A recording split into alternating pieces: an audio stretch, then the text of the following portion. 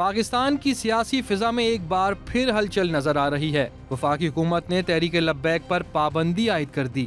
فیصلہ ایسے وقت میں آیا جب ٹی ایل پی کا لاہور سے اسلام آباد مارچ جاری تھا۔ انسداد دہشت گردی ایکٹ کے تحت جاری نوٹیفیکیشن کے مطابق یہ جماعت کے دہشت گرد عناصر سے مبینہ تعلقات ہیں۔ جماعت تشدد پر اکسانے میں شامل رہی ہے۔ پابندی کے بعد تمام اکاؤنٹس منجمد، سیاسی اور سماجی سرگرمیاں روک دی گئیں اور اس کا نام یا علامت استعمال کرنا بھی ممنوع قرار دیا گیا۔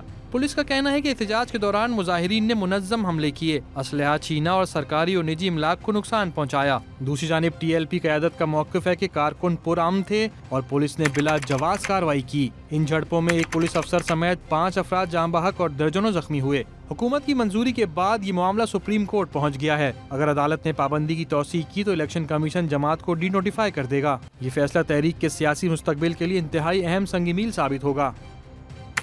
ماضی قریب میں نظر ڈالیں تو 2018 کے عام انتخابات میں ٹی ایل پی نے سینکڑوں امیدوار کھڑے کیے۔ فروری 2024 کے انتخابات میں T L P 22 lakh vote حاصل کر کے 5ویں بڑی جماعت بنی، لیکن صرف نارووال سے ہی ایک نشست جیت سکی۔ تجزیہ کاروں کے مطابق صرف قانونی کارروائی کافی نہیں، ریاست کو مذہبی بیانیے اور سیاسی نظام کے فکری پہلوؤں سے نمٹنا ہوگا، ورنہ پابندیاں صرف وقتی اثر ڈالتی ہیں اور شدت پسندی برقرار رہتی ہے۔ اب سب کی نظریں سپریم کورٹ پر ہیں۔ عدالت اگر پابندی برقرار رکھے تو یہ مذہبی سیاست میں ایک نیا موڑ ہوگا۔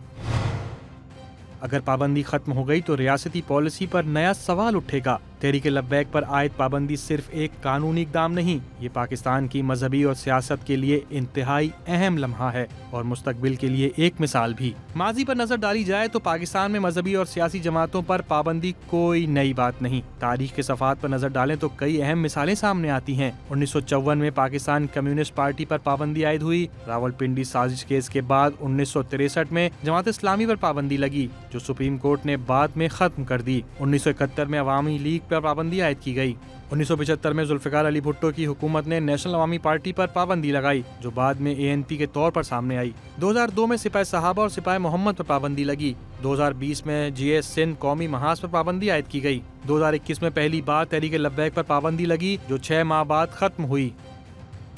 تاریخ یہ بتاتی ہے کہ اکثر پابندیاں وقتی سکون فراہم کرتی ہیں، مگر شدت پسندی کے رجحانات جڑ سے ختم نہیں ہوتے۔ اب نظر ڈالتے ہیں کہ تحریک لبیک کی بنیاد کب اور کیسے پڑی۔ 2011 میں ممتاز قادری کی جانب سے اس وقت کے گورنر پنجاب سلمان تاثیر کے قتل کے بعد علامہ خادم حسین رضوی نے ٹی ایل پی کی بنیاد رکھی۔ علامہ خادم حسین رضوی ایک ایسا نام جو پاکستان کی مذہبی اور سیاسی تاریخ میں متنازع مگر نمایاں رہا۔ 1966 میں ضلع اٹک کے گاؤں نکا کلہ میں پیدا ہونے والے خادم رضوی نے لاہور میں دینی تعلیم حاصل کی اور خطیب کی حیثیت سے شہرت پائی۔ 2009 میں ایک حادثے کے بعد وہ ویل چیئر تک محدود ہو گئے، مگر ان کی آواز خاموش نہ ہوئی۔ 2015 میں انہوں نے تحریک لبیک پاکستان کی بنیاد رکھی، ایک ایسی جماعت جو ناموس رسالت کے تحفظ کے نعرے سے ملک گیر تحریک بنی۔ رضوی کے جوشیلے خطابات، احتجاجی دھرنے اور سیاسی جلسے انہیں عوامی سطح پر توجہ کا مرکز بناتے رہے۔ ابتدائی دھرنوں میں ہزاروں کارکن اسلام آباد کے ریڈ زون میں احتجاج کرتے رہے۔ 2016 میں ممتاز قادری کو پھانسی دی گئی تو تحریک منظم ہوئی۔ فیض آباد دھرنے نے 3 ہفتے تک وفاقی دارالحکومت کو مفلوج کر دیا۔ 2018 میں آسیہ بی بی کیس پر ملک گیر احتجاج ہوا۔ 2020 میں فرانس میں گستاخانہ خاکوں کے خلاف اسلام آباد مارچ کی کال دی گئی اور 2021 میں فرانس کے سفیر کی بے دخلی نہ ہونے پر دوبارہ دھرنے کی کال دی گئی۔